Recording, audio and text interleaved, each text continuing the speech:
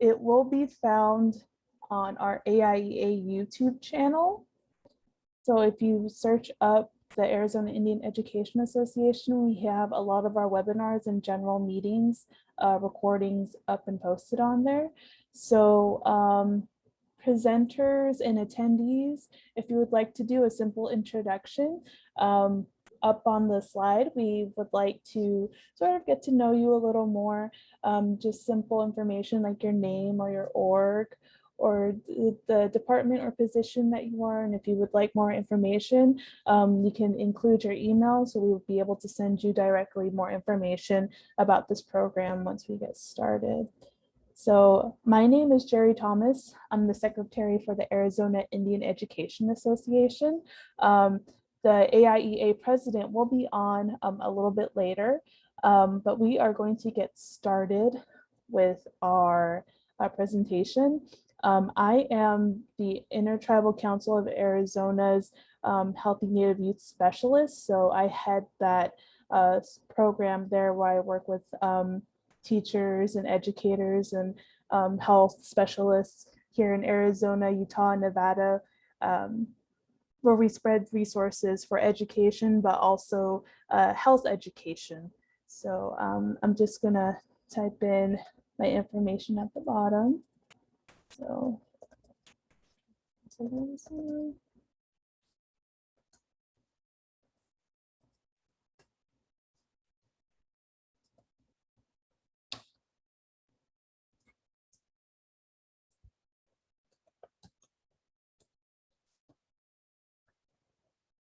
now we can move forward.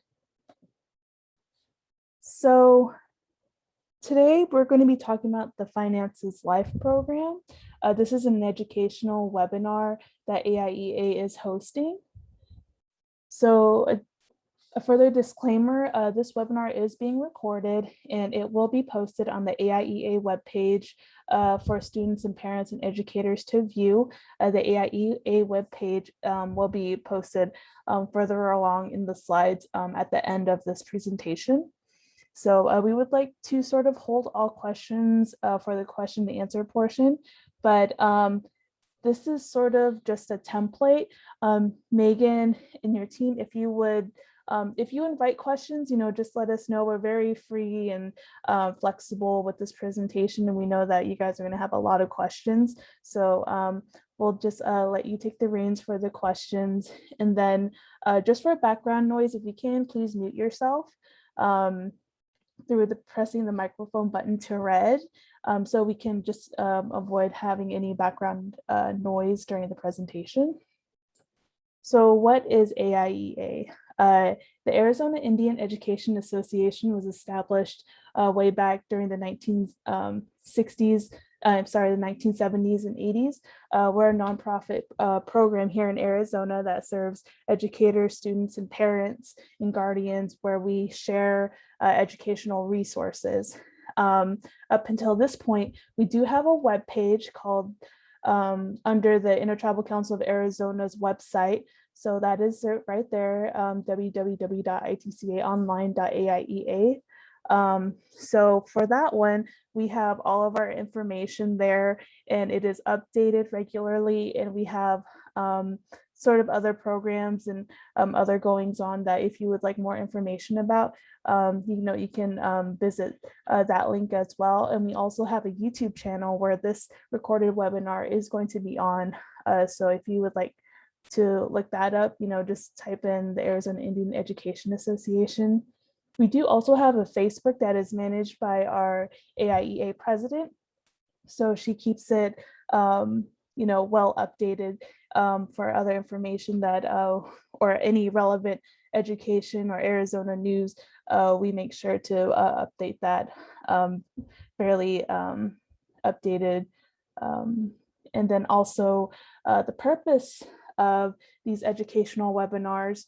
Last year, during COVID, we decided to do webinars because during the transition of virtual learning, we wanted to make sure that our resources are still getting out there. So we usually have our scholarship program, our youth camp, and then we organize sort of later on our conferences and our general meetings that happen every month. We want to make sure that we continue to do that. But also during these educational webinars, we found more time to be able, as we sort of left our office and then transitioned to home working, even though it's not like that right now, we still wanted to provide these webinars so that we can get these resources out, but also, you know, make connections that we usually wouldn't. You know, we're really excited to have our partners here right now who are from states away but want to help us and our Native youth here in Arizona. So we're really excited to have them here. So for those reasons, we're happy to have these presenters here and why we hold these webinars. So with that, I will end my presentation. And I'm going to stop my share and I'll have Megan Cruz introduce her and her team, and then we can get started. Thanks, Jerry. I'm going to go ahead and share my presentation. And I have gotten a couple requests of individuals who would like our slide deck today. I will have my email address. I think I put it in the chat at the end. So if you are interested in that, please send me an email and I'll send you information from today. Okay, hopefully everyone can see my screen. See some nods. Okay. Well, hello, everyone. I'm Megan Cruz, and I'm with the Federal Reserve Bank of St. Louis. I manage our economic and personal finance programs for tribal nations and Native communities across the country.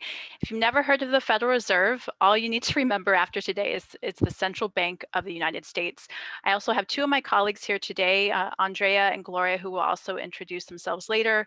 Gloria is joining us from the Federal Reserve Bank of Atlanta, and Andrea is also with the St. Louis Fed.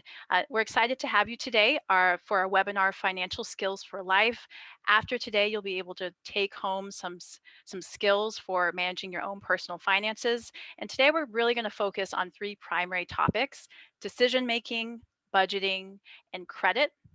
But before we begin, I do want to point out that if you have any questions during this presentation, please use the chat. Some of you may have received some handouts. We're going to be doing some activities and games today. If you don't have those handouts, don't worry. We just want to make sure you have a piece of paper and something to write with. I'm also going to ask, if you wouldn't mind, if you could turn on your cameras. Like I said, we're going to be doing some games and activities, and we'd love to see your face. And for one of the games that we'll be playing right after this, it will require us to see you. So if you wouldn't mind doing that, we'd appreciate that. So to begin, we're going to start out with an icebreaker. Now, I don't know how many of you have wanted to be or thought about being a millionaire before. I certainly have. Today, we can't give you the secret to being a millionaire, but we can tell you about some of the characteristics that all millionaires, or most, I should say, have in common. So we're going to play a game. And so I ask that you take a piece of paper and you write a T for true on one side and an F for false on the other side. And I'm going to ask, or actually read off a series of statements to you. And if you could, using your piece of paper that you have a T and F on, tell me if you think it's true or false. I think Andrea will be taking a look at everyone's screen and to kind of let me know what people or how people are responding. And you can track your own points. Each correct answer is worth 1 point. And at the end, we'll see how you did. So before I get started, are there any questions? And I'll give you maybe 10 or 20 seconds to write down on that sheet of paper. Okay.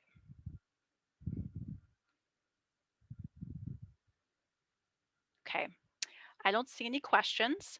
So we'll go to the first statement. Again, let us know if it's true or false.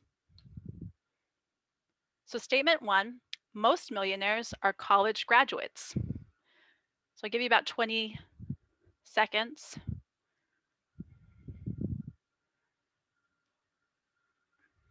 And Andrea, maybe you can let me know if you see anyone responding.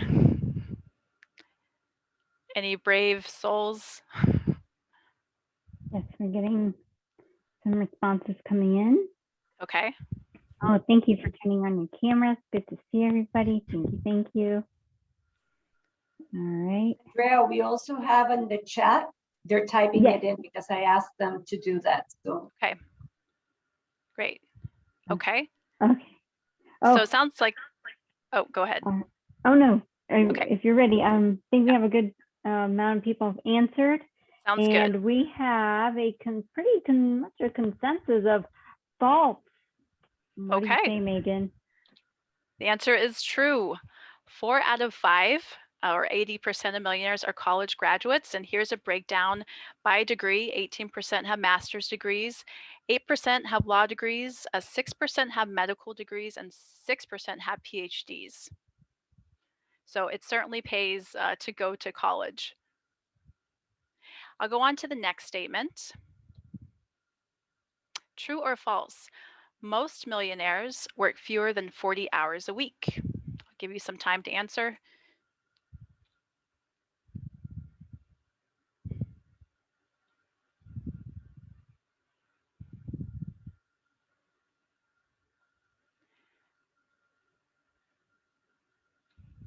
I see people responding in the chat. Give you a few more seconds.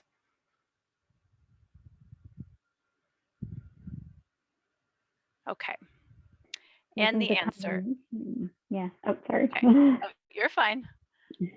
It's false. About 2/3 of millionaires work 45 to 55 hours a week. So hard work does pay off. Okay, question number 3. True or false? More than half of all millionaires inherited their money. Give you some time to answer that one. Ooh. Well, I'm sorry, I ruined that one. I apologize. I let my fingers slip. So unfortunately, I gave you the answer. It's false. Only 19% of millionaires received any income or wealth from any kind of a trust fund or an estate. And fewer than 10% of millionaires inherited 10% or more of their wealth. So my apologies for that one. So next question. True or false? Most millionaires attended private schools. Give you some time to answer, and I will not click forward on my keyboard.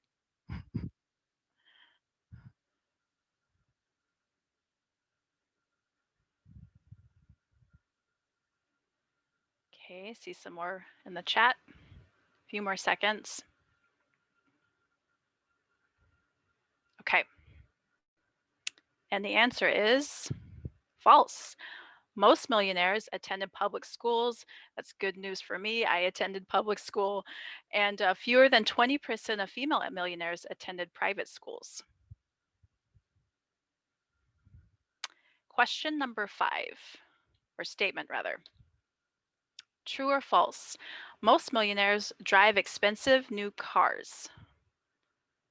Give you some time to answer.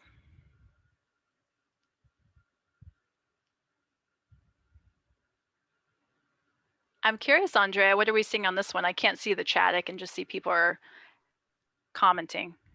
Okay, yeah, so we have a lot of false, have some Okay. truths coming in. Okay. So Give a few more seconds. yeah, I think we're good. Okay. And the answer is, if you answered false, you were correct. Most millionaires spend under $30,000 for a car, and only 23% of millionaires drive a current year or new model car. Okay. Statement number 6. True or false? Most millionaires work in glamorous jobs such as sports, entertainment, or high tech. Now, Andrea, I'm kind of curious how people are answering on this one. Got some false coming in. Okay. I sure hope so. For my luck.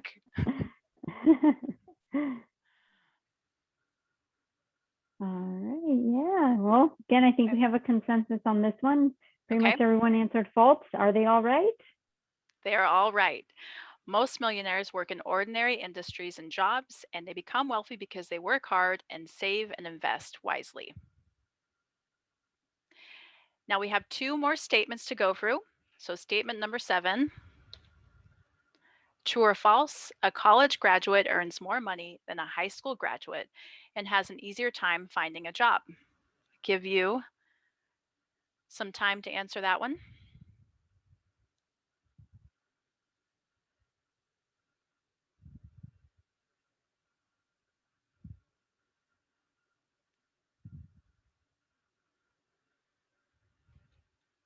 Okay, a few more seconds.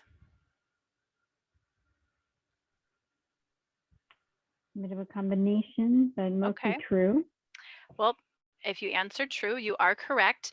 And here we actually have a chart where you can see the higher one goes in their education, the higher the median usual weekly earnings, and also the lower the unemployment rate for the person is.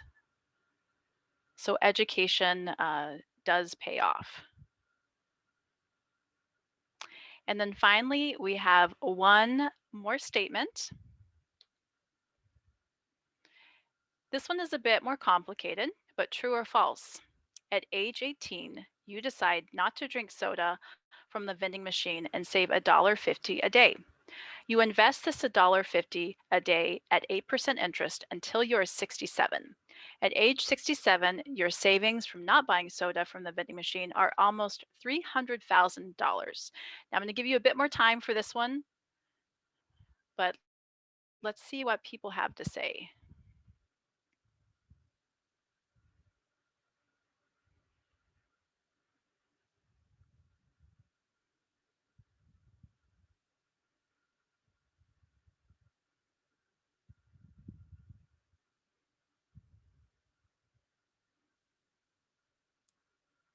Looks like people are responding. Andrea, let me ask, how are people responding? So we have 3 responses so far, and they are true. They say true. Okay. We have a few more here to wait for. Very brave to be the Another first true. ones to respond. So thank you. Another true. Okay.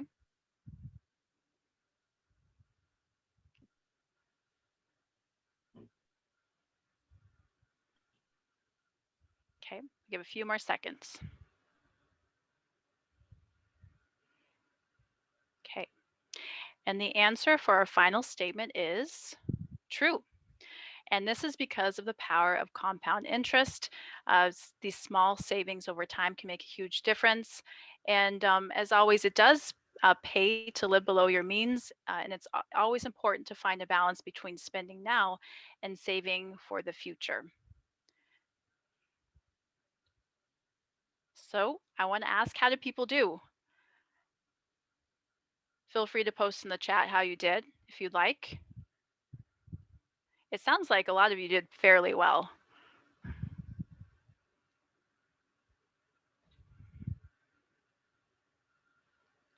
Any responses, Andrea? No, I think they're afraid to brag about their I think they perfect are. scores. I think they are. Well, that's okay. Well, with that said, I'm going to actually turn it now over to Gloria to continue with decision making. Thank you, Megan. So I'm Gloria Guzman, and I did type it in the chat, but I'll just go ahead and repeat it. I work with the Federal Reserve Bank of Atlanta, and I'm in Miami, Florida. And this is a background picture of downtown Miami. So I'm thrilled to be here, and I'm looking forward to providing you with some information, and at the same time, making you think about some of the decision makings that you can make and how to make a better decision for yourself, and also how to plan for it by using a budget. So next slide. Thank you, Megan. So the first thing I'm going to do is I'm going to introduce you to the concept of scarcity. Scarcity is the reality that we don't have enough resources, therefore limited resources, to satisfy our unlimited needs and actually wants. So that's an economics term, and they just call it scarcity, but that's what it means. It means that we cannot have everything we want because there is a limited amount of either money, time, or actual objects and things. So therefore, in order for us to choose the right thing that we want to get, we need to decide. We need to think things through and make sure that whatever decision we end up making is what we wanted and what works best for us. Every time we make a decision, you give something up. Okay, so for example, the decision of me participating in this webinar means that I gave up having dinner at this time. So I ate dinner earlier. So my opportunity cost was dinner. Okay. Whenever you give something up, you need to know that it was worth giving it up, meaning that what you got is better than what you gave up. So that's why it's important to know and to be aware of these concepts. Next slide. So let me tell you about a couple of things quickly for you to think about, and you can type it in the chat. It's very, very simple. I have a question for you. Would you rather go to a movie tonight or to a baseball game? Just type in the chat, baseball game or movie.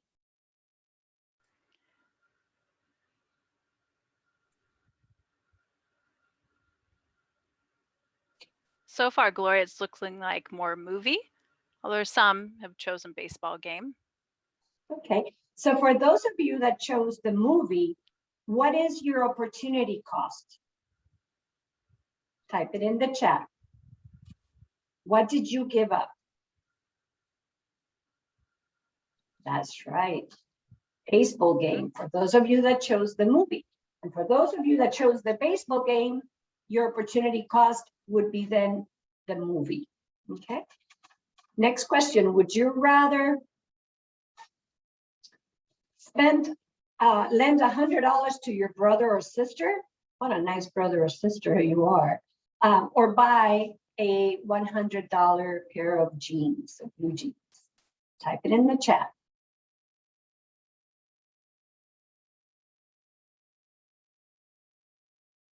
You guys are really nice. You're lending money out. Wow. Are you going to charge interest now? Is that why you're lending the money? I'm just kidding. For those of you lending the $100 to your brother or sister, instead of buying yourself a pair of jeans, your opportunity cost would be the pants, the pair of jeans that you did not get to buy. And by the way, you're nice people lending your brother or sister money. You want to adopt me? I'm just kidding. Next slide. Now, there are some decisions that we make that are fairly simple, right? So like what you had for breakfast today, for example. I usually don't give it much thought. I just, I don't feel like having hot food, so I have cereal, right? But other decisions that we make in life do require a little bit more thinking. The bigger investment or the higher price that you are going to end up paying for what you're trying to decide to get usually would entail more thinking about it. So a paced decision-making model, it's one that will help you visualize your alternatives and choose the alternative that fits your criteria, what you find important in the item that you're buying, and evaluate it and then make a decision. So it helps you decide. It starts with stating what it is that you're trying to decide on, right? And then you have your different alternatives of choices. And according to what you want to get from that product or that service, then you look at the pros, the cons, and then you decide. So next slide. So let's actually use a paced model by buying a phone. Let's say you're in the market to buy a new phone. That's what you want to do, and that's the decision that you want to make. As you see on the chart that you have in front of you, you have the alternatives are down vertically on the left. I'm looking at Samsung Galaxy A71 and a Motorola One Hyper and a Huawei, I don't know how you pronounce that one, the P30 Pro, the last one, right? And across, next to the alternatives, across on the top in the dark green, you see what my criteria is on a phone, for a phone. So my criteria, the highest point, it's all the way to the right, the price, right? I'm in the market for a phone that's from $350, I'm willing to pay all the way up to $999, right? That's my price range. That's what I want to spend. I don't want a $2,000 phone. Therefore, I'm not looking at any Apple phones here. So then the very first one is a camera. I want a camera that has front and back, right? And that's one point. That's my least of my criteria, but it's still a criteria. The next one is the pixels. So the quality of the actual photo that it takes. The next one is this actual screen size of that phone, right? So then I research and I find all the information of the 3 different phones that I'm looking at. And I put them in the chart that you see here, right?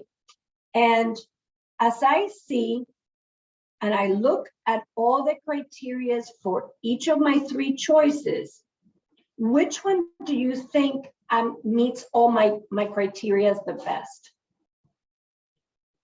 Having the price being the most important part. Which one is the least expensive? Go ahead and type it in the chat. The Samsung Galaxy, correct. That is the one that meets my most important criteria, right? It has the best price.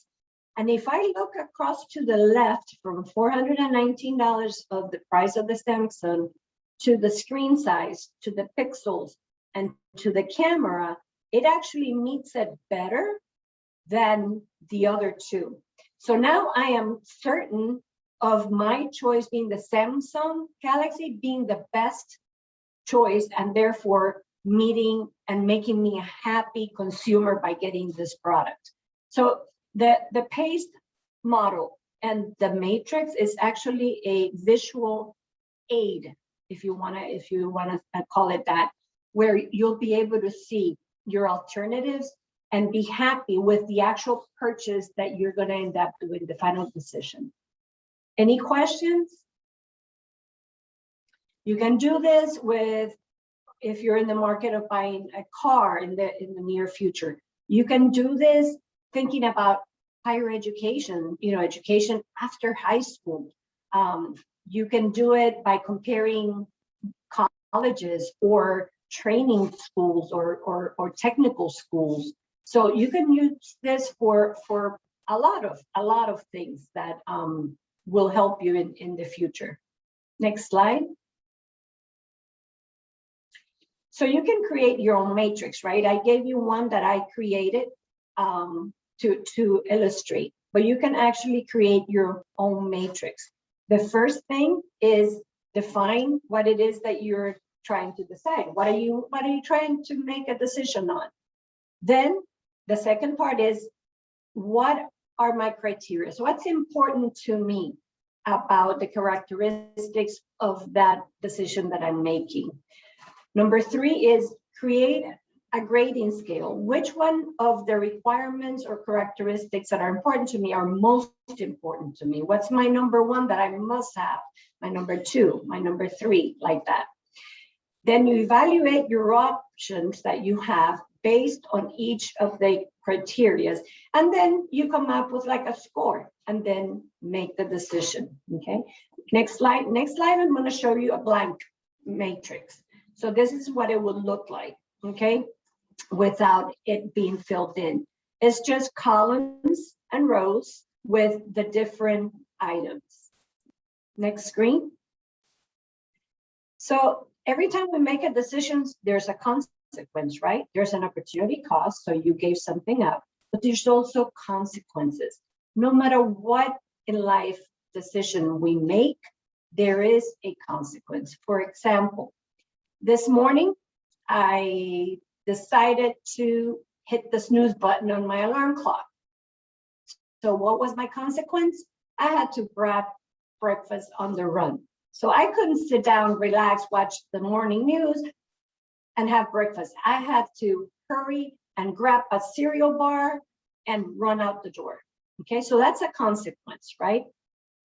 There are some decisions that will yield a consequence that will be for the short term, some for the intermediate term, and the long-term consequences. If I continue to hit that snooze button every morning, what's a long-term consequence that I would have?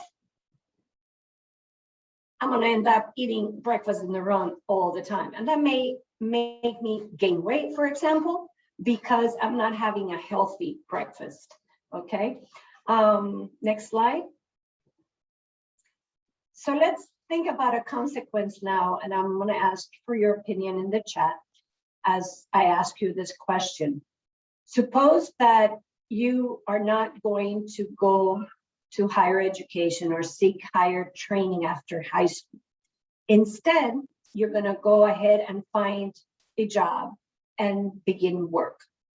What do you think are a long-term consequence and a short-term consequence? So I want you to think about it, not going to school after high school and getting a job. What may be a short-term consequence? So right away, what's a consequence of your action? And to a long-term consequence. I'll give you a couple of minutes for you to think about that.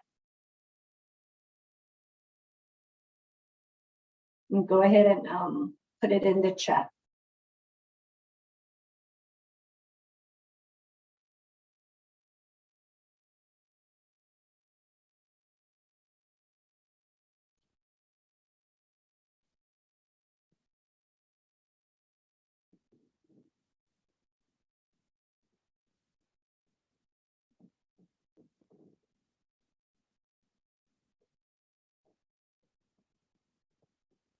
I'm looking at some really good ones. That short, losing out on high school scholarships, right?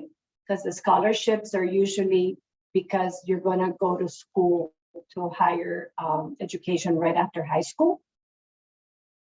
I had also somebody said gap year. So when you say gap year, if I may ask who, to the person that wrote it, what did you mean with a gap year? That you're missing a year to go to school? Or this is Ashley Velasquez. Pay gap meaning like the amount that you would make at an entry-level position as opposed to if you're a graduate, bachelor, graduate, what the entry level is. So between those two. Gotcha. So your first year employed would be lower than if you waited until you got higher education and then you would get a higher paying job. Very good. Thank you, Ashley. Megan, go ahead. Oh, this is Jerry. For my gap year explanation, I was thinking about if you were to do a gap year, meaning you would delay 1 year, then you would have to graduate 1 year probably behind your friends who entered, college that year that you graduated. So you'd be 1 year behind them. Thank you, Jerry. Absolutely. That's really important. Megan, do we have any more? The only other comment we have, actually getting a couple in, lack of receiving further education, lack of resources like a high school counselor, another short-term one, missing out on internships. That's very good answers. All of them are very good and they're very true.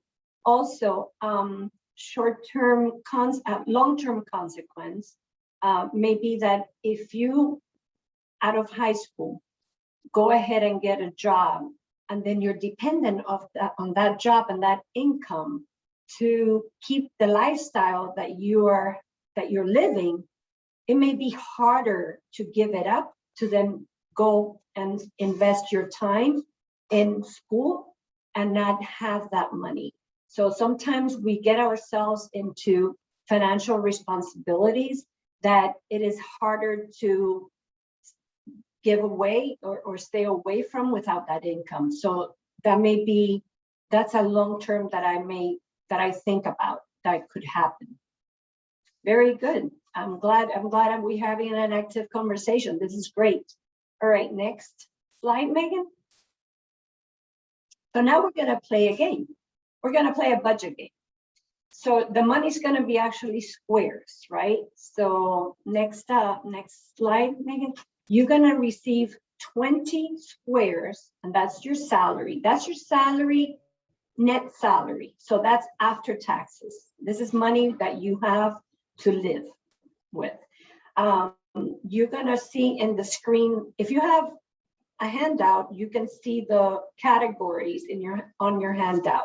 But if you don't have the handout, the next slide will show you the different categories and how many squares will get you how many the different choices. Okay, so now you first must select the squares with the golden stars, with the categories that you'll see in the next slide or on your handout with a golden star. Those are the first categories that you need to allocate squares to. Okay. Then once you finish with the gold stars, then you can go to the other categories, okay? Go ahead and get to the next slide. Here we go. So for example, what I mean with a gold star, you see the housing with utilities on the left top corner, that has a gold star. That's what I mean with a gold star. So for example, the choice of living with relatives is going to cost me 2 squares. I don't want to live with my relatives. I've been living with them all this time. So let me look at something else, right?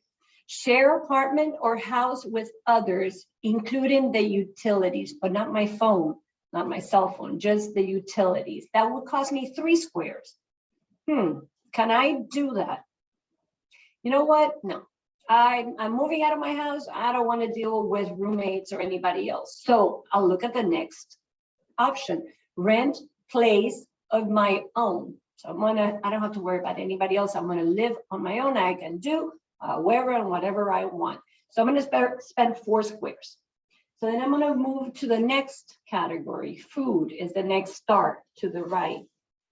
And then go ahead and read the choices and allocate your squares. And that's how I need you to go through the entire decision or options here. We're going to have about 5 minutes, so go ahead and go through it. Now remember, you have 20 squares, so you got to keep track of your squares as you go through.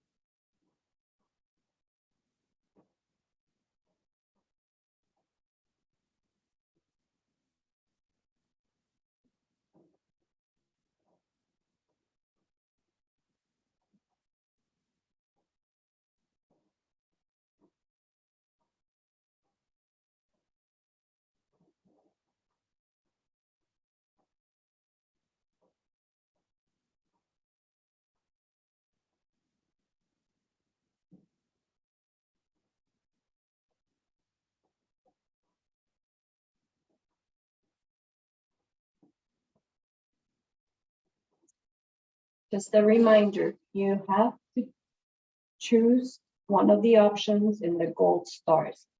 If you run out of money after your last gold star, then the other categories, you can't allocate any money. So you can't have a phone, or you can't have savings, or you can't have any recreation unless you just go hiking, walking. So just keep that in mind. It's okay to go back and forth and change.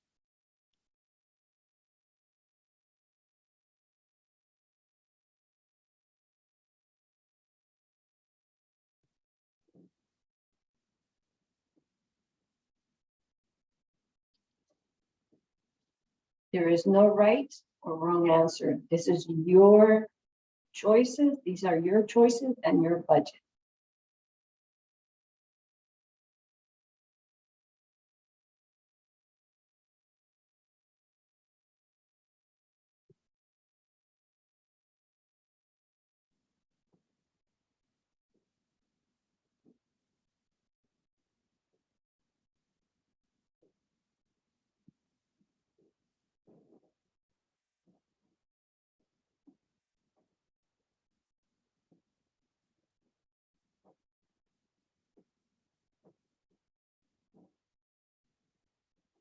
How we're doing in time, Megan? Do you have a couple more minutes or?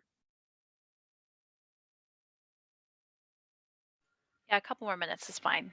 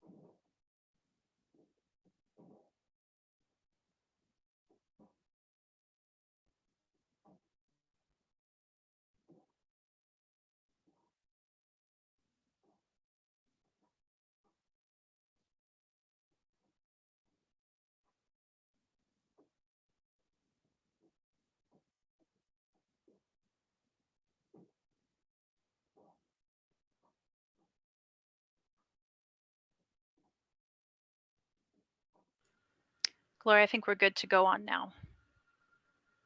Okay, great. So I want to ask, and you can either unmute yourself or you can put it in the chat. For the very first Gold Star category, the housing with utilities, tell me your choices. Put them in the chat or you can speak up. I told you mine. Mine was, I want my own place. I'm spending 4 squares.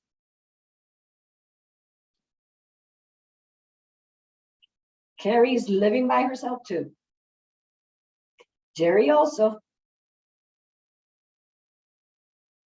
Dylan also. Kathleen, you too. I think everybody's gonna be on their own. Well, we can have a party in different houses every day. That's awesome. The next one, food. Tell me your choices. My choice was cook at home, so 2. Oh, I like all these home cookers. Cooking at home, absolutely. Yep. How about clothing and laundry? Mine was 3 squares. I chose buy a department store for 2 squares and then rent or purchase a wash 1 square. So mine were 3 for that category. How about yours?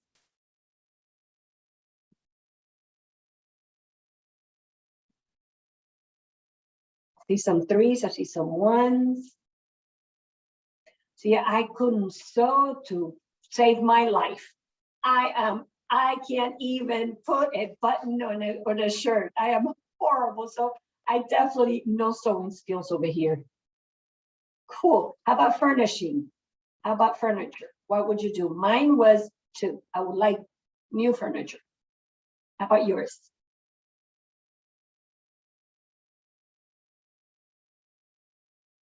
New furniture too. Garage or rent. Okay.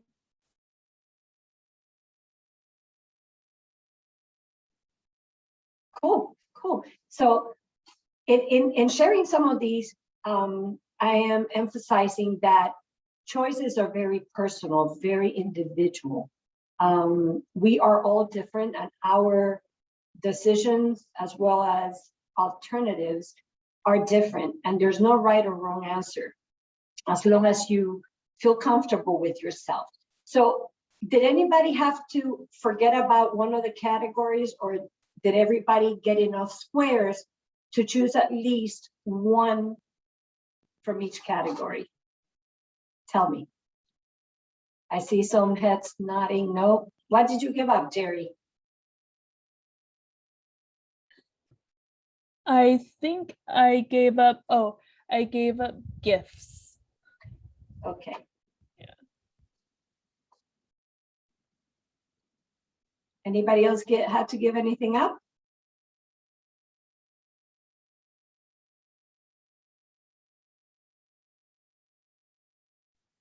You were pretty good then allocating. So now that we played this round, round 2 is after the pandemic. And now my income has been cut from 20 squares to 13. So now what I need you to do is counting with only 13 squares. Go back through these categories and make the necessary changes. You can just jot down a few of them. And remember, the changes, you must start with the gold star category.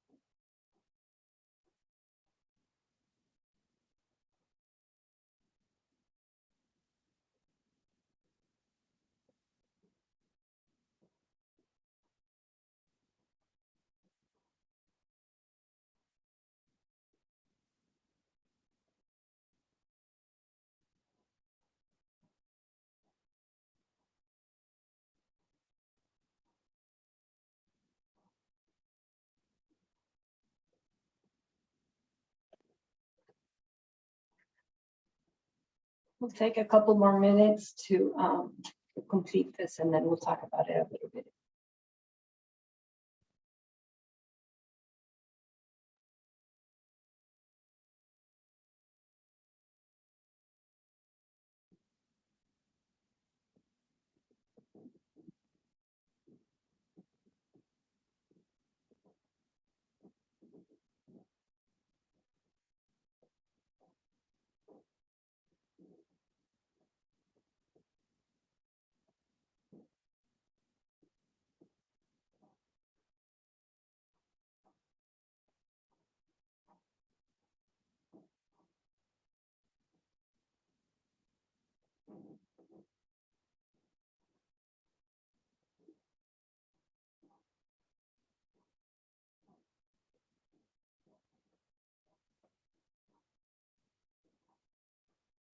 So Megan, I'm curious, what did you change? What was the first category, gold star category you changed? Well, I put actually changing it from under food, the combination of fast food and cooking back to cooking at home. Okay. No more French fries for me. Okay, let's share some of our changes now that we were faced. First, I would like to know how many of us had a hard time adjusting from 20 squares to 13 squares. I certainly did. Not you, Carrie? Good for you. Tell me, Carrie, share with us, what was one of the items, the gold star items that you had to change, and from what to what? If you don't mind sharing. I went back to clothing and laundry. So presently, at the time of the pandemic, we were mostly working from home, so there was no cost, and I would continue to wear present wardrobe. And then from there, just that was the only change that I did, just to wear the same clothes until we all get back in the office. Right. So, but originally you had spent your 20 squares, right? Yes. Okay. So what did you give up? Because now you have 7 less squares. Besides that one with the laundry, what else? The first one that I did, I just concentrated on the gold stars. I didn't go into, I guess I misunderstood. I only did the points for the gold stars, and I was below the 20. But going back. Oh, I see. But going back, I just, I think I just would make the change there in the clothing.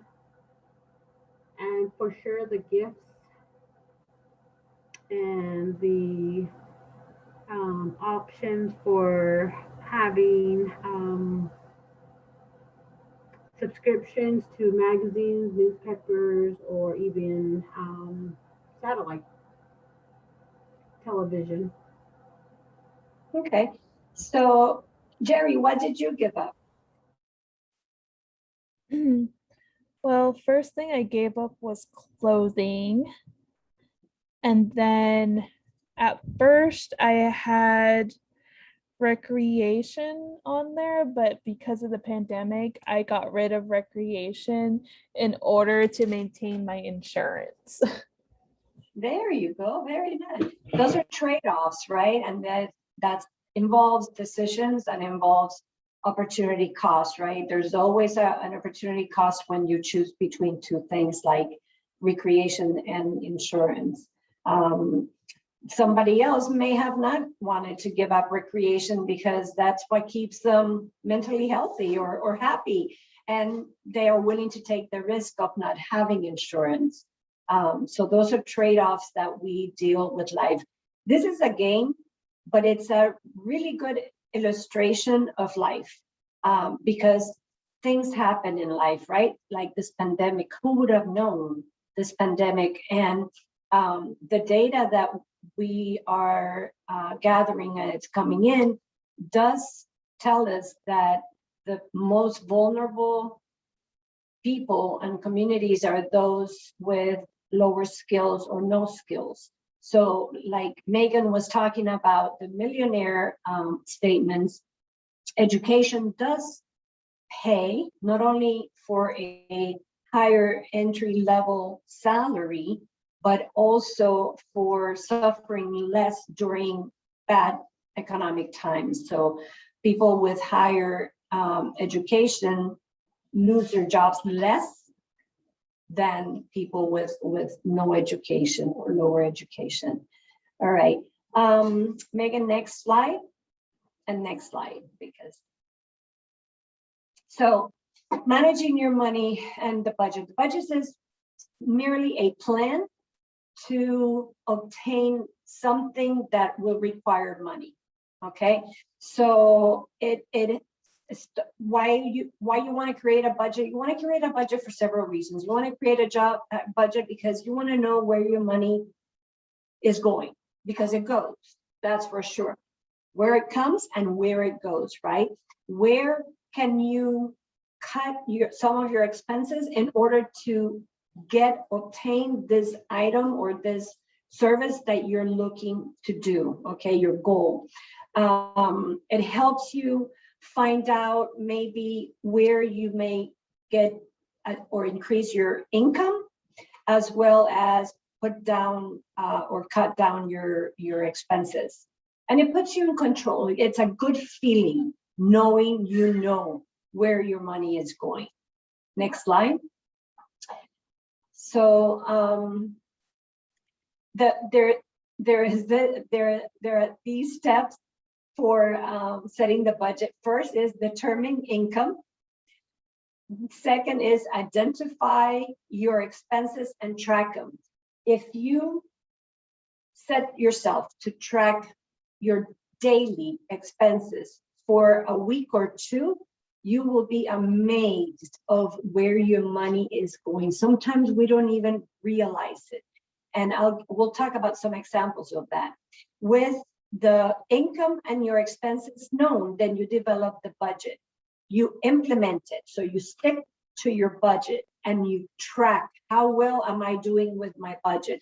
And then once you review it, once you track it, you review it, and then you adjust. Your budget should always be reasonable, okay, and flexible enough for you to make changes, because there's nothing more frustrating than setting up to do something and not being able to do anything about it if anything changes, okay? So it should always be flexible. Next slide. Your income, where can it come from? It can come from your wages, your salaries, from any gifts or allowances, any interest that you may earn on money that you have put away or invested, and through scholarship grants or student aid if we're talking about education after high school. It is important to know the difference between net and gross income. Gross income is before taxes, net income is after taxes. So that is called your disposable income. Next slide. Identify your expenses. Like I told you, if you make, just write down the date, what you spend the money in, how much it was, and a good way of also tracking this is what type, how do you pay for it? If you paid cash, if you use your debit card, if you use electronic transfer. So it's good because if you identify how you're paying for things, you may be able to limit what, like leave your debit card at home and just take enough cash, and therefore you will not be able to purchase something and therefore save by not having your debit card with you. It's so easy to swipe that card. So if you carry cash instead of a debit card, it may be one way to help you, if that helps you. What do you need to consider on your expenses? How much I owe? Do I really want this? Do I really want this, or can I wait to get what I'm spending on? How much money I need to cover my expenses, and always, always, always have something for the unexpected, because unexpected will happen. Next slide. The next step is, this is an example of tracking your expenses. That caramel latte sure looks good to me, but look at the price, $5.75. I'm paying cash for it, so that means that I'm not easily swiping that, and that I have in the back of my mind that I want to pay for this cafe latte. Let me ask you something. What would be one way of cutting this expense? I need my coffee, but what's an example of being able to cut this expense and not having to pay this $4.75 at the coffee shop? Anybody wants to jump in and unmute yourself, or in the chat? Make your own. Get your coffee machine and make it at home. What else would I need to do though, if I'm on the road? What else do I need to buy? Coffee mug or a Yeti if I really like my coffee hot, right? One of those type of cups that will keep it hot. But at the end of the day, I will end up saving money because it will end up costing me less money than spending $4.75 every day on this cafe latte. I may be even able to cut down on calories, by the way. Megan, next slide. So develop a budget plan. I have my stuff. I know how much money I count with. I know how much money is going out. Therefore, now I'm going to cut back on my variable income and my variable expenses, those that are not fixed, those that are fixed that I can't do anything about, like my car payment, my insurance payment, will have to stay, but I'll be able to work with my variable expenses. And then other things that you should have in mind is, one, pay myself, right? I'm the one working, earning that money, so therefore I'm going to pay myself. How do I pay myself? By putting away money, saving money to eventually get whatever goal I'm trying to achieve, or for anything I may come up. Consider my goals. What are my goals? Am I saving for school after high school? Am I saving for a car? What is it that I'm saving for? Okay. And always have a consideration for budget shortfalls. So that's what I meant to by when I said flexible budget, because things do happen. So be ready to be able to adjust your budget. Next slide. Then implement and track. Continue sticking to your budget and tracking how you're doing and tracking your expenses. And the last part of the budget process, Megan, is the next slide. Review and adjust. So I review my budget, if I can, monthly, if not quarterly would be a good idea. Review your tracking of your expenses, how you're doing, and review how you're doing towards your goal. It's nice to know I'm halfway. So that's an incentive that motivates myself to continue and be able to obtain my goal by the date or deadline that I wanted to achieve. And next, at the end, when we have a meaning to our life, in many senses, but in the sense that I'm talking about, a guide, financial guide, a plan, it helps us stay motivated, on track, and be able to obtain things that we want. After all, working is hard. It's a hard job. They call it a job not because it's fun. It's work, and we get paid. And if we can't enjoy what we are working and earning, then what is there, right? So set a goal, make a plan, get to work, stick with it, stick to it. That's one of my biggest challenges, sticking to it, and then enjoy the rewards of reaching your goal. And with that, if you have any questions, I'll be glad to take them at this time, or if you can think of any questions afterwards, we also have time, I believe, built in for questions and answers. Gloria, we got a couple questions during Sure. your presentation. One person asked if we are financial advisors. We do teach financial education, but we are not financial advisors, so we can't give you investment advice. However, I would like to add all of our resources at the Federal Reserve, some of which we'll show you today.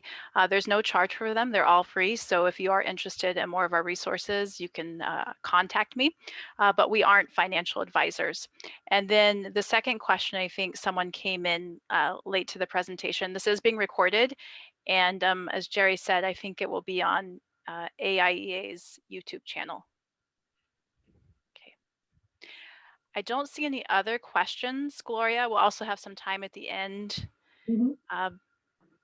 And with that, then I'll pass it on to my colleague, Andrea, for credit. Thank you, Gloria, and thank you for your great presentation. All right, so we're giving you guys lots of tools today to make you financially successful. And what I would like to talk about is credit and credit reports. And this one is specifically called credit reports, and you thought your report card was important. So again, I'm Andrea Cáceres Santa Maria, and I'm a Senior Economic Education Specialist, Federal Reserve Bank of St. Louis, as I mentioned in the chat. And I taught for 10.5 years, and I taught a personal finance course, a standalone personal finance course. So I really like talking about these things. And when somebody mentioned about financial advisors, sometimes as we talk about these things, some people are like, oh, give me some great advice. So, I mean, we can share some of our life experiences and lessons learned, but not necessarily anything that's, you know, specific advice. So sometimes for me, and when I present, sometimes I'll talk about my personal life experiences and kind of the lessons that I took from that. So, all right, here we go. Next slide, Megan. Thank you. All right, so the question that I want you to think about, and maybe put your answer into the chat to start us off, is how would you obtain goods and services if you did not have any money? So if you could put in the chat your answer to something like this, how would you obtain goods and services if you did not have any money?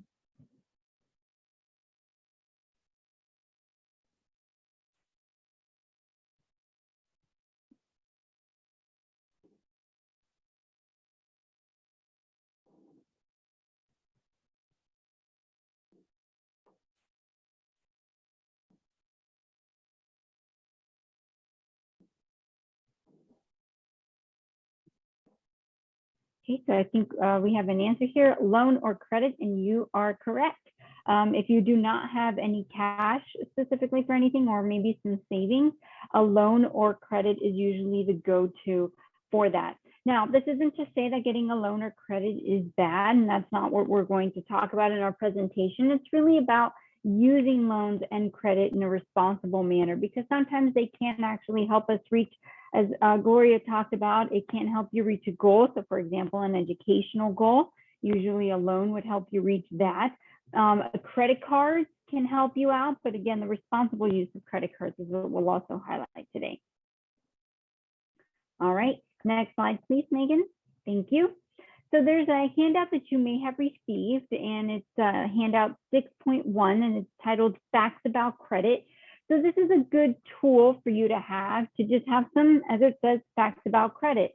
And some of the vocabulary that I like to highlight from this presentation, not from the handout rather, is credit.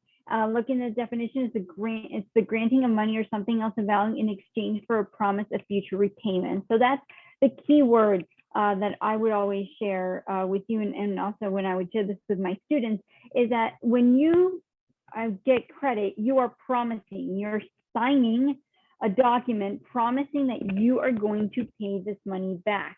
And so that's where the relationship between you and the lender in this case is pretty much a binding one, pretty much saying, the lender saying, I'm willing to let you borrow this much money, and you've signed a formal legal document promising to pay me that money back. So, very careful use in making sure that you understand that. A credit card is a very convenient way of borrowing money, and it's what we call a revolving line of credit. You get, let's say if you're a student, your first credit card, you may have a credit limit of about $500. Some people have credit card limits of up to $30,000, sometimes in some cases even more. But this limit is the maximum amount that you can spend. Now, as you pay that amount off, let's say I have $500 limit, I spend $100, and then I pay it off at the end of the month. That means that that $100 is then again available for you to use. So it revolves. So a credit card is also not to be confused with a debit card from your bank. Students would often see that they got a debit card, which is linked to their checking account, and that they would say, oh, Ms. Caceres, I do have a credit card. And when I would look, that is actually, while it does have the Visa and MasterCard logo on it, it is not a credit card. That is linked to your checking account, and it's based on the money that's available in your checking account, what you've deposited there. And that one also needs to be used cautiously, because if you overspend, you may have overdraft fees. So again, some students think that they do confuse debit cards and credit cards, but they're not the same. They can be used to pay for goods and services, but the money, where the money comes from, that's a little different. One is lent to you, the other comes from money you put into your checking account. Your credit history is very important. It's a report of a person's payment activity over a period of time, and the credit report is what is used to record a person's credit history. And this is linked into your Social Security number. So if you've ever pulled your credit report, you're always going to be asked for your Social Security number to be used, because that is the main identifier of what the credit report that is unique to you. And whenever you apply for credit, they will ask for a Social Security number. But I would always express to students to be very careful about having people just pull your credit or asking for your Social Security number to pull your credit, and always have authorization. Always make sure that they ask for your authorization in pulling a credit report. Now, interest is the price that we pay to use someone else's money. It's never free to borrow money from a bank, although I know you see something, some students will say, oh, well, sometimes I see advertisements for 0% interest. They're not going to charge me any interest if I borrow money. Sometimes there are special promotions in order to get you kind of in the store, or especially vehicles. Sometimes they'll offer you 0% interest for a set amount of months. Now, while maybe over time you're not paying any interest on that loan, I also would like for students to understand that when you borrow or when you generate a loan for a car or for a house, it is not free to do so. There are what you call doc fees or processing fees in order to obtain that loan. So for example, to get a loan for a home, they are definitely going to charge you interest. I doubt there's ever going to be any promotional 0% interest on a home loan. But for a mortgage, it does cost thousands of dollars to generate that loan, and paperwork and a lot of people behind the scenes to do that. So again, even though you see 0% interest, there is going to be a small fee up front for you to pay in order to generate that loan. But interest works in two ways. You pay it when you borrow money, and it is paid to you by a bank when you save money. Okay. Now, banks do collect funds over time, and they can use that money to do different investments and activities. And what they do is allowing the use of money that they have in deposits to be put into other investments and loans and activities. They pay you some interest in order to be able to do that, or kind of an incentive to get you to save. A creditor is a person or financial institution or other business that lends money. So person that lends money. And then a credit report, as we mentioned, is what keeps your credit history. And we'll break this down a little more, what they are, and we'll watch a fun video about your credit report. All right, next slide, please. All right, so now what I like us to do is kind of take a look at this case study about Catarina. So I'm going to read this story to you, and then we'll kind of break down what Catarina's situation is and what it is we're going to analyze. So Catarina Smarin is 18 and she wants a new sound system that costs $500. She doesn't have that much money saved though. Her friends tell her about a credit card promotion at a local electronics store. Catarina heads to the store and opens an account. She can buy the sound system and take it home with her that day. She is so excited that she doesn't give it much thought to the 21% interest rate.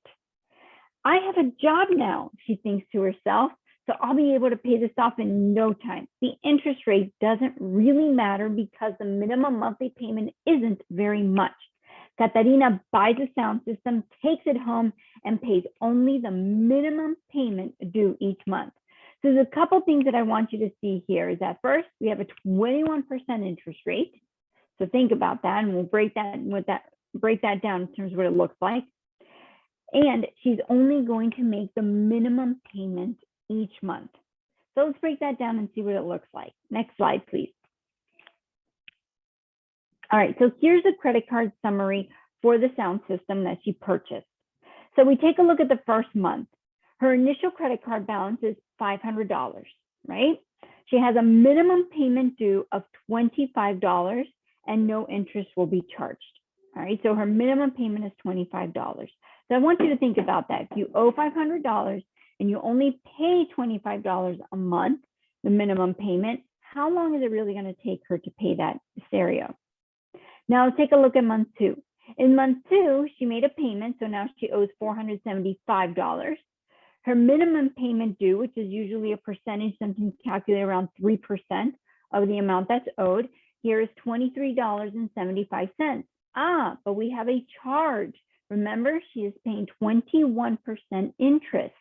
So in this case, they're going to charge her $8.31 in interest. All right, so $23.75 her minimum payment, and then there's $8.31 that she has to pay to the creditor. So it's pretty much the creditor saying, I'm going to let you borrow this money, but I'm going to want some extra money back. All right, month 3, we have she now owes $459.56. Her minimum payment is now $22.98. Again, that interest charge of $8.04. So now we take a look of a 3-month overview. Her credit card balance after 3 months is $444.62. She's only repaid about $71.73. All right, so the amount was reduced by $55.38, and she's paid $16.35 in interest. So this is all visual to let you know that, again, it's not free to borrow money. A 21% interest rate is actually a high interest rate, but it's not the highest that you can actually get on a credit card, especially a store credit card. Usually that can be as high as 29% as some of the interest rates on those. Sometimes they, by default, start you at between 24 to 27%. So it's a pretty high interest rate that you have on store credit cards here. So let's have some questions based on this. So if we could click to the first question. So if you could please enter this in the chat. Just as a review, what interest rate was Catarina charged for using the credit card?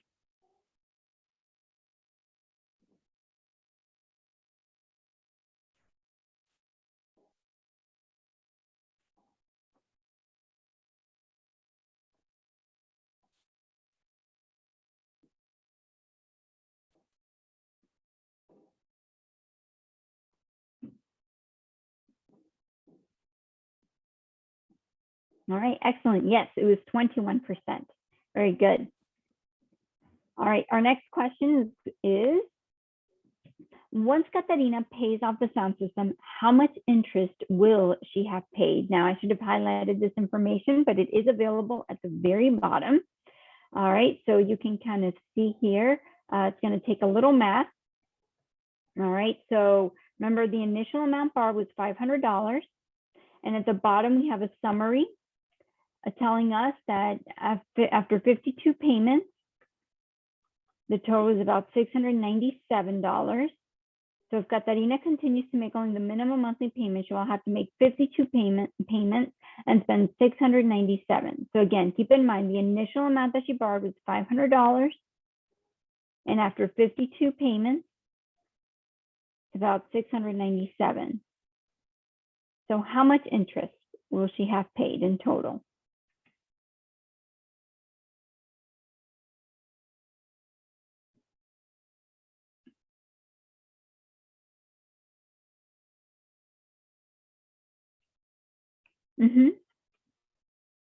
Thank you, Gloria.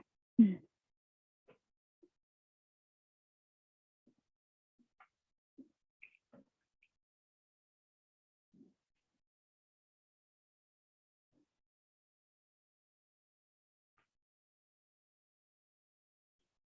we got an answer that's pretty close. Excellent. So yes, somebody mentioned almost $200, and it is exactly $197. So in this case, just try to visualize that, right? You paid almost $200 to borrow $500.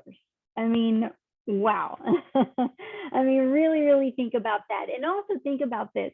When you're paying that much interest and you know, 21% and almost $200 total in interest payments, think about what else you could have done with $200. You could have saved it. You could have purchased something else. My favorite thing is to think that you could have saved it and earned some interest on that money at a bank. So in a savings account. So in this case, it's really to kind of give a visual calculation of how expensive it can be to use a credit card with a very high interest rate, but mostly to only make the minimum payment. You can have a credit card with a high interest rate, with an interest rate of 21%, but making only the minimum payment is going to end up being very expensive in the end. And that particular item may cost you double, you know, in this case, $200 more, but in some cases, double or 5 times what it costs. I know, you know, for example, there are some calculations out there that if you have a credit card balance of $5,000 and 29% interest rate, and you pay only the minimum payment, you could be paying that for nearly 20 years of your life. And then how much have you paid in interest on something like that? So it's really about the wise use of credit. And if you look here at the very top, or in month 1, there's something that says there's a grace period. One thing to keep in mind is that it's perfectly fine if Catarina purchased a stereo and, you know, puts $500 on it, but there is actually a way to avoid paying interest on a credit card, and that is paying it within the grace period. So there's something called the billing cycle, and that's usually 28 days. If you make a payment within those 28 days, let's say maybe she would have paid off $100 or let's say even the full $500, she would have completely avoided paying any interest. So you can use a credit card and actually avoid paying that interest if you pay it within that grace period. So it's pretty much before that billing cycle ends, or paying it in full each month. So getting into good practice of that responsible credit card use is great. Sometimes these store credit cards offer you some incentives. For example, Best Buy will say, hey, you rack up some points and we'll refund you a certain percentage of what you spent so far. Those programs can be great, but as long as you're not racking up a lot of interest or making payments that result in you paying a lot of interest, and instead you can take advantage of the points. So just being really smart about that credit use is important. And I think I have another point or question here to make. All right, here we go. So what could Catarina have done to reduce the amount of interest that she paid? So those are the things, some of the things that I just mentioned. Paying within the grace period, pay more than the monthly payment. Exactly, somebody just mentioned pay more, pay the amount in full. Excellent, yes, that's exactly it. The other thing I like to make you aware of is that even these credit cards that offer you 0% interest for, let's say, 12 months, let's say that interest rate is 21%. All right, so let's say in this case, it averages out to, let's say, $8 a month. Within those 12 months, if you don't pay off that item within those 12 months with that promotional 0%, the credit card company, what they're doing, or the bank that issued you the credit card, they're adding up that interest every month, adding it up, adding it up, adding it up. So if you don't pay it in full after those 12 months, on the 13 months, all that interest that they've been saving up, guess what? They tack it on and charge it to you. So that's called accruing. So the interest does accrue. All right. So then you're going to be paying whatever you owe because you didn't pay it in full, plus the interest that accrued and they've added onto your balance, plus more interest. So again, wise use of those credit cards. Next slide, please. So a fun fact, if Catarina had paid only $10 more each month, she would have made only 31 payments and would have spent only $605 for the $500 sound system. That means that she would have paid about $105 in interest. All right, next point, please. I think there's one more. Now, I want you to think about this. It'll be a nice segue to the next part of this presentation. How might missing a payment affect Catarina's ability to get credit in the future? So think about that. If she were to miss a payment, how might that affect her ability to get credit in the future?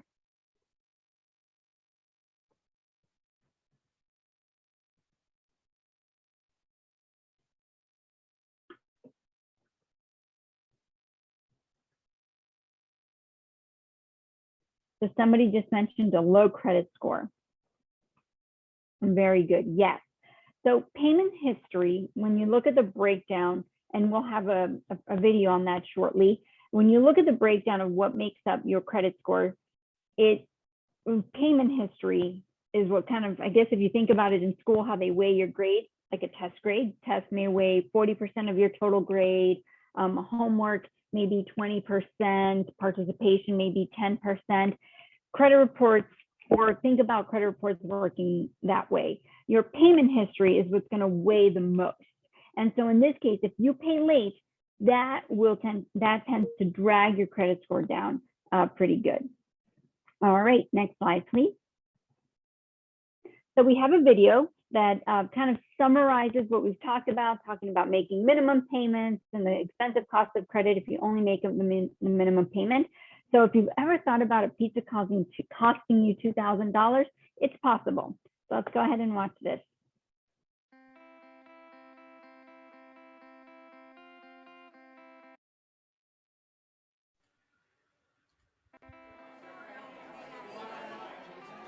Great pizza. Is it worth $2,000? Huh? I didn't say anything. I did.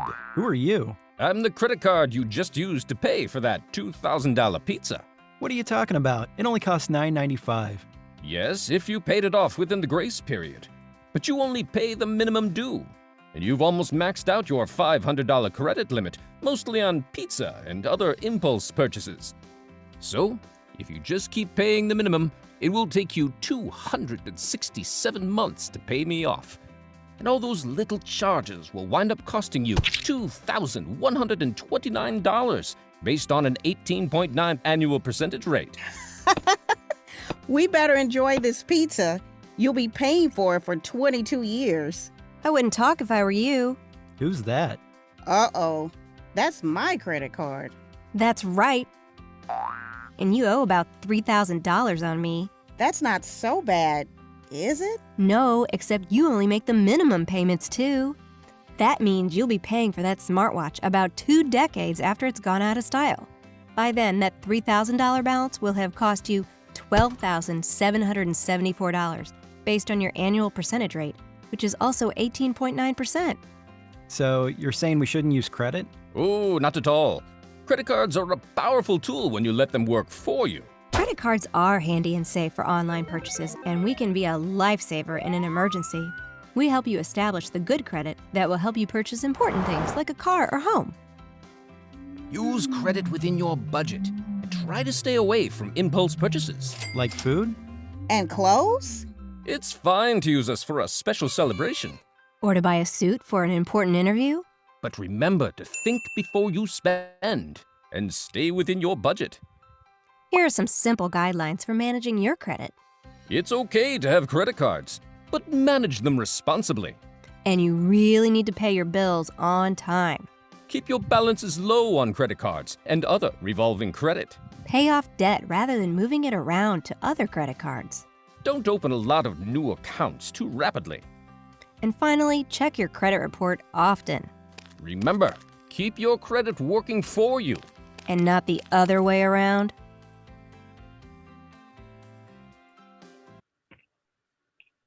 All right, let's do some review questions here briefly. All right, so just please type in your answer choice in the chat. First question, use credit cards for impulse purchases such as food and clothing, true or false? All right, let's see. Megan, our answer is false. Very good. All right. To properly manage credit, be sure to A, pay bills on time, B, keep high balances on credit cards, C, move debt around from one account to the next, or D, open several credit card accounts. All right, they listened. Are they right? Yes, pay bills on time. Excellent. Question 3, credit cards can be a powerful tool if used appropriately. That's right, it is true. Number 4, for which of the following situations would credit card use be appropriate? A, for security of online purchases, B, in an emergency situation, both A and B, or neither A nor B. All right, and our answer is C, very good. All right, using credit cards responsibly can help a consumer establish a good credit rating. Is that A, true, or B, false?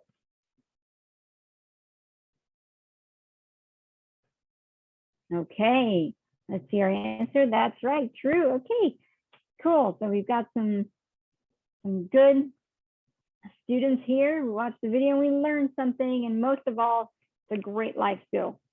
All right, so some tips for keys to a solid credit history and saving money. First of all, establish a credit history. And for example, open a bank account or purchase a cell phone contract. Now, I would like to point out that,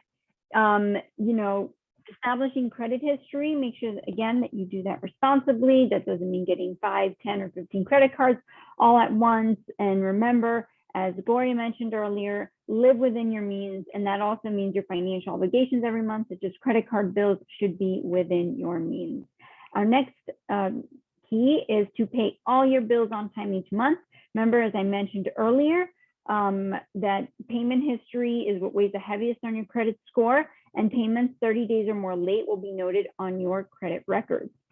The next key is You will avoid expensive late fees if you pay your bills on time. And also when it comes to credit cards, if you pay your bills late, they also reserve the right to raise the interest rate on you. So you may start off with an interest rate of 15%, but if you're continuously paying late, you'll get late charges, and then you'll get what's called a penalty APR, which again can be as high as at 29%. The next key here is pay all your bills in full each month. Again, try your very best to do so. The less you owe, the better, and your credit history will look to, the better your credit history will look to potential creditors. Remember, your credit report is pretty much how confident a lender feels in lending you money. The higher your credit score is, the more confident a lender will feel in lending you money, which in turn will also usually translate into a lower interest rate for you. The lower your credit score is, usually they're like, what's going on? Maybe I'll lend you money, but I'm a bit hesitant. So then the lender may charge you a higher interest rate. So looking good to potential creditors is important. So as mentioned before, you'll avoid interest charges if you pay your bills in full each month, if you can do so. All right, our next key is don't open too many credit card accounts. Don't open more than you can handle. And having 15 credit cards is not always a great thing. And then every credit card account you have appears on your credit report. All right, let's go to the next key. Even if you don't use a credit account that appears on your credit report, creditors will consider how much you could potentially spend if you used all your accounts. So again, just having a ton of credit cards doesn't say, oh, this person, you know, all these credit card companies trust them, I'm going to go ahead and give it to them. No, it's kind of saying, they have $20,000 available to them.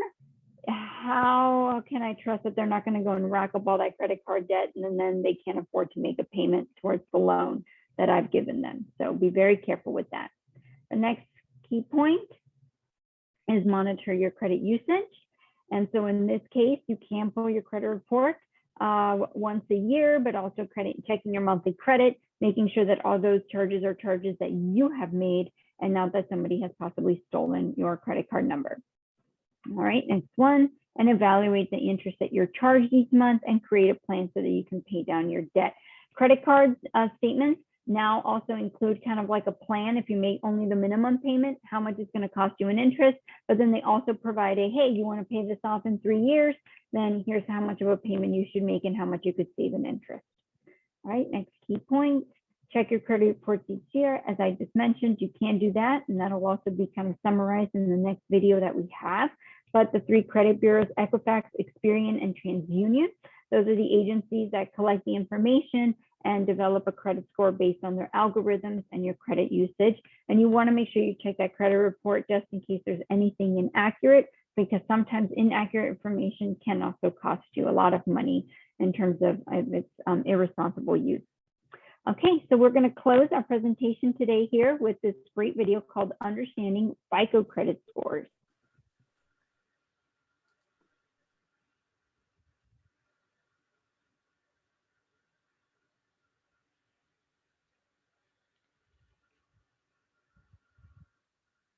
Understanding how a FICO credit score is determined. Presented by Econ Lowdown. FICO is a company that uses statistics and mathematical formulas called algorithms to determine a person's credit score. A FICO score is the most common credit score used to determine loan eligibility and the interest rates a person pays. A credit score is a person's financial history packed into a 3-digit number, which indicates a person's credit risk.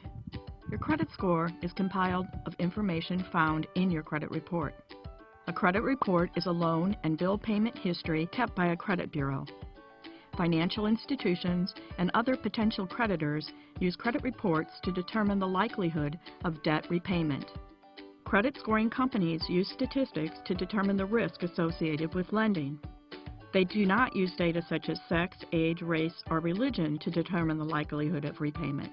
FICO and other credit scoring companies are always updating their formulas, but here are the categories that FICO generally includes in the development of its credit scores, with a rough estimate of the emphasis they place on each category.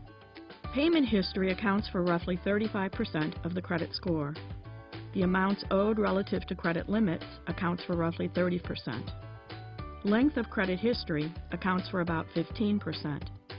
Frequency of new credit accounts for roughly 10%, and types of credit used accounts for about 10%. Let's quickly break down each category. Payment history takes into account any bills paid late, including how many are late, how late they are, how recent any delinquencies are, and the total amount owed. This is where people can sometimes find themselves in trouble with credit. The good news is that over time, older entries, including negative entries, disappear from your credit report. Typically 7 years for late payments and 10 years for bankruptcy filings. Amounts owed relative to limits is your debt to credit ratio. Say you have 5 credit cards, each with a $20,000 credit limit. That means you've got a $100,000 credit limit. You may only be using 10% of that, and that's positive. However, if that means you've maxed out on one card, that's negative. It's best to keep your debt to credit ratio below 50%.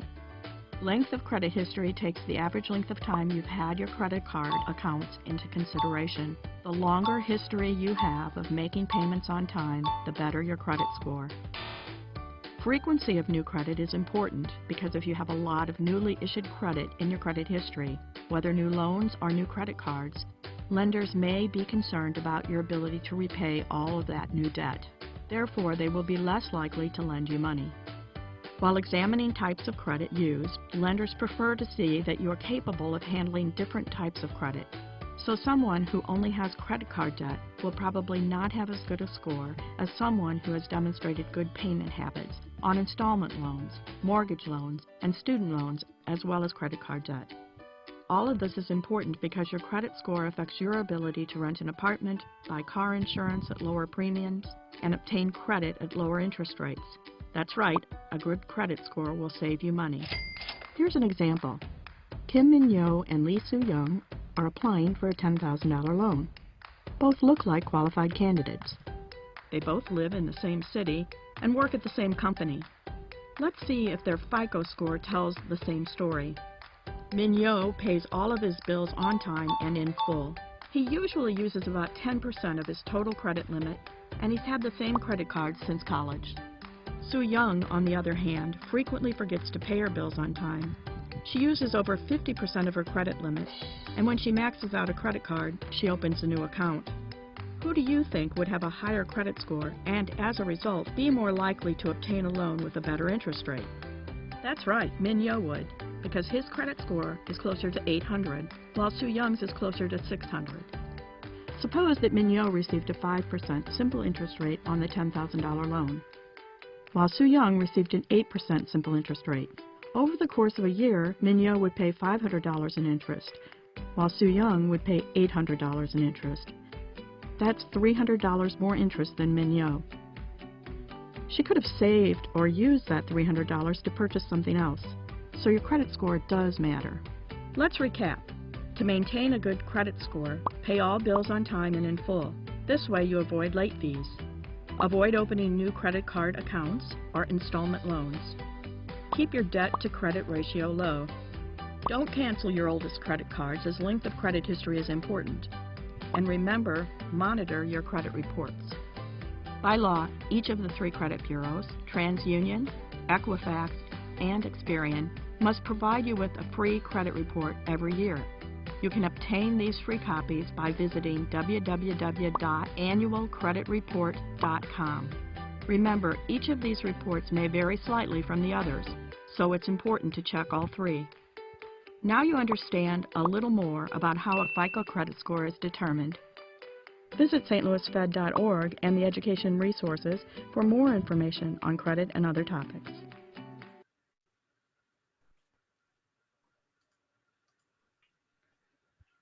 All right, thank you. So we have some review questions here, and let's go ahead and take a look. I only have 3. So again, go ahead and place your answer in the chat, please. By law, how often must each of the 3 credit bureaus provide you with a free credit report? Once a month, once a year, once every 5 years, once every 10 years. All right, some A, some say B. Megan, what's our answer? Once a year, excellent. Number two, which category accounts for about 35% of the credit score calculation and takes into account bills that are paid late, how late they were paid, how recent the delinquency was, and the total amount owed. Is it length of credit history, payment history, amounts owed relative to limits, or types of credit? All right, so we have some answers already. So let's take a look, Megan. Payment history. All right. If a consumer has a mortgage loan, a student loan, and a car loan, in addition to a credit card account, he may score higher in which score category? Is it the length of credit history, the frequency of new credit, amounts owed to relative to limits, or types of credit used?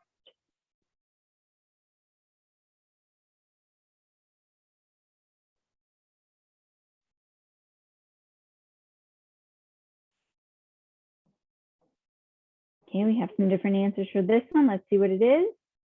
Types of credit. All right, so in credit score category, types of credit used, it is good to have a variety of types of loans.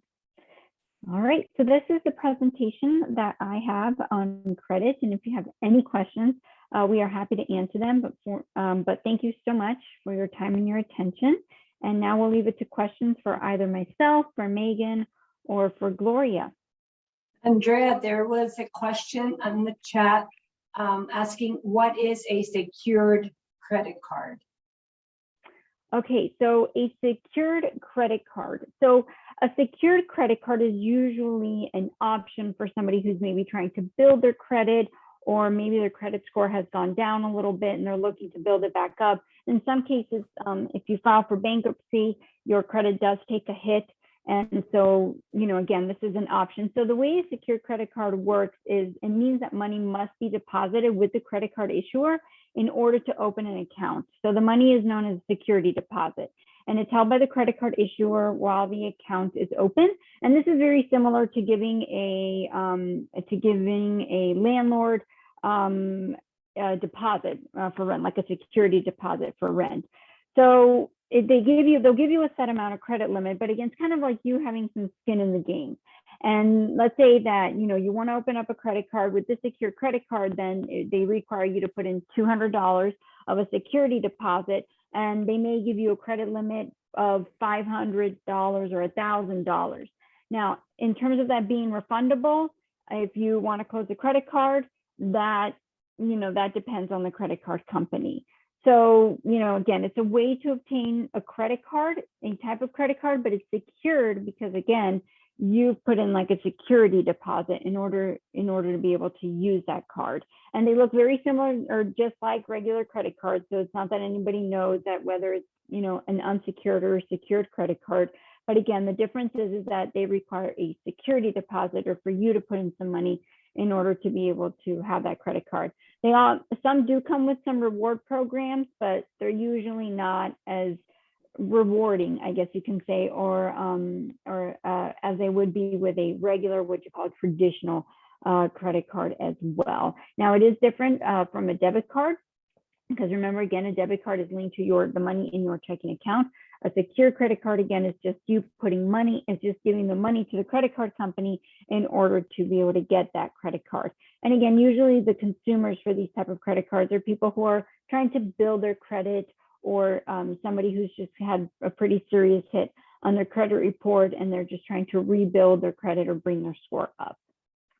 And if you want to add anything on that, or Megan.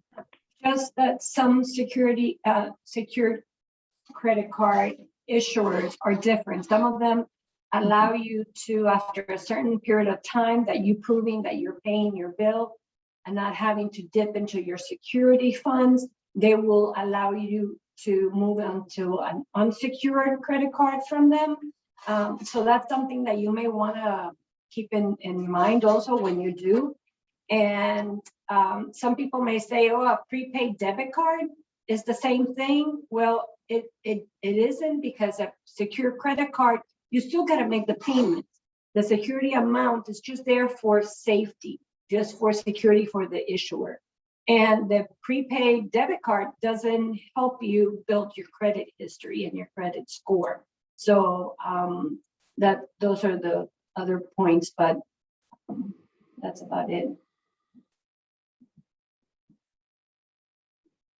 Will the PowerPoints be shared, Megan? We can talk. We can certainly share some of the information that we've covered today, and Jerry, perhaps I can work with you and Kimberly on how we should do that best. Okay. Are there any other questions? Okay. I'm going to go next before we end, and I turn it over to Jerry to talking about our virtual summer class. And this will be open to anyone. It's free of charge. There's no cost for this. We have about 6 hours of content in this virtual summer class through our a portal called Econ Lowdown, where we have online classrooms, and you'll be able to walk through videos with quizzes. We have reading Q&As and also interactive online modules. And here you can see it's going to cover a variety of topics, including some that we've covered today: budgeting, decisions, using credit again, along with other concepts as well.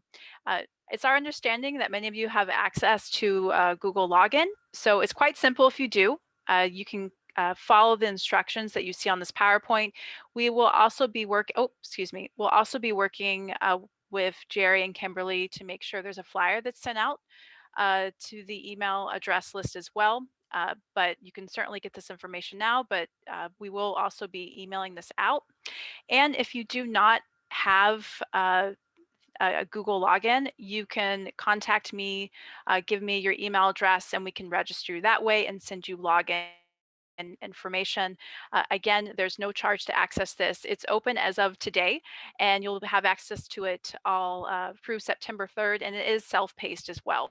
So there's not a set time to be at a classroom. This is simply something that you could do on your own time at your own pace. So Megan, there's a question about, are the videos that we used in the presentation available on YouTube? I would have to check. I think maybe some are. In Andrea, I don't know if you know by chance. Yeah, there are some that are published on the St. Louis Fed YouTube site. Yeah. And I think the amazing $2,000 pizza is the continuing education series is. Okay. Okay. Any questions about the virtual summer class? Okay. I'll go ahead and just leave my contact information here. Again, if you would like to join the summer class, but you don't have a Google logon, you can contact me and we can make sure you can get registered that way. Okay. Well, Jerry, if there are no other questions, I'll go ahead and turn it over to you.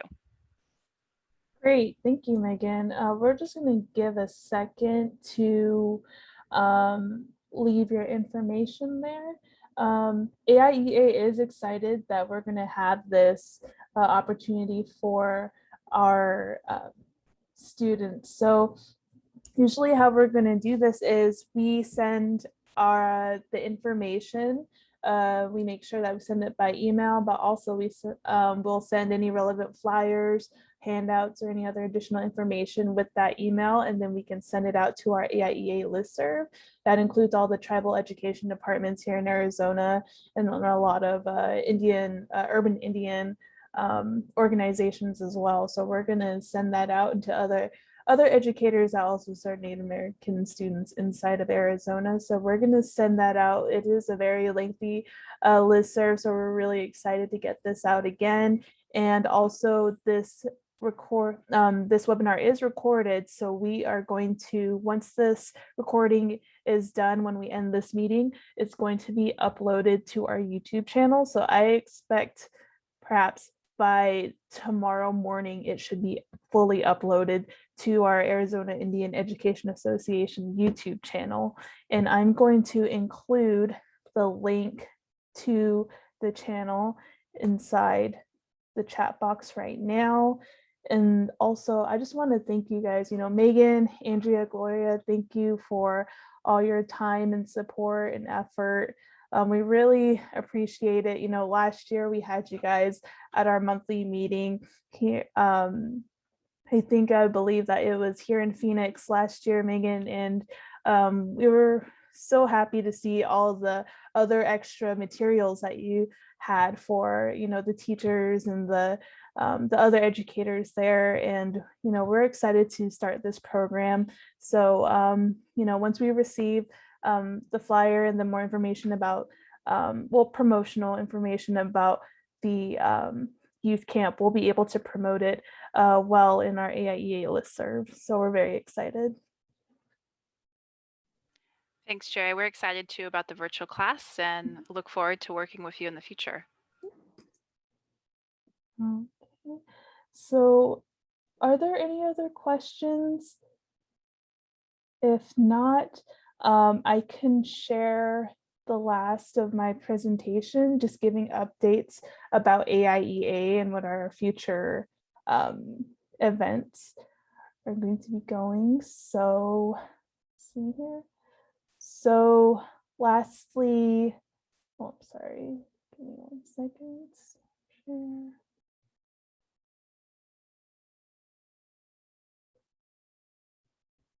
So last information, so quick updates from AIEA. If you're interested in attending our general meetings, our meetings are every third Friday each month, and it's through this Zoom meeting link. So it's always the same information. And also, if you want any more information about our calendar, it is on our AIEA webpage on the ITCA website. And then also we will be releasing our student scholarship soon. There are changes, so we will be doing a webinar for that. Usually it will be on Friday or Monday that we're going to be holding that webinar, and we're going to send that information out to by our AIEA listserv. And then we're going to go through, it's going to be an overview and a walkthrough of what the AIEA scholarship application looks like this year and what the new requirements are. And then lastly, we did update the information for our Educators Award celebration. So this is going to be a virtual event. That is a picture from last year's event where we had the state superintendent there, where she was able to give our keynote speaker address. So this year it's going to be September 18th. That's going to be a Saturday, and it's going to be from 1 to 3 p.m. And the link there is for our Educators Award nomination packet. The deadline is going to be August 6th. That's going to be a Friday, and we have 11 award categories. So the Education Awards is basically an event where we recognize teachers and other educators, whether in class or outside of class, for their efforts throughout the year. So it can be from bus drivers to teachers to superintendents, all the way to those inside and outside of the class. So we are really excited to hold this as a virtual event. It is a virtual event just depending on the COVID situation. So we're still having meetings about that for our committee. And if you have any information, just let me know. And that is my information right there. My name is Jerry Thomas. Again, I'm the AIEA secretary. And again, we will have this recording up by tomorrow morning. So unfortunately, our president, who is usually our webinar spokesperson here, she was unavailable today, but she will be here for the next one. So we're very excited, and we thank you all for participating. And that's my information there if you have any questions. And thank you, everyone.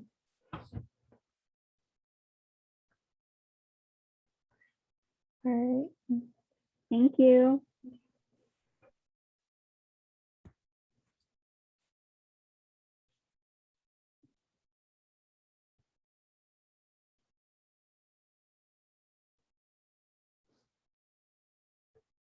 Okay. Megan, when you can, just send me the information, and then we can sort of go over the information that we need to for the flyer. But if anything else changes, just let me know. Hey, Jerry, I'm sorry if you're talking to me. I kind of only heard the last half. Were you talking about the flyer? Mhm. Okay, yeah, so we are putting that together. I'm hoping to have it this week or next week, Okay. and using that badge that I sent you as Okay. well with the AIEA logo. Okay. So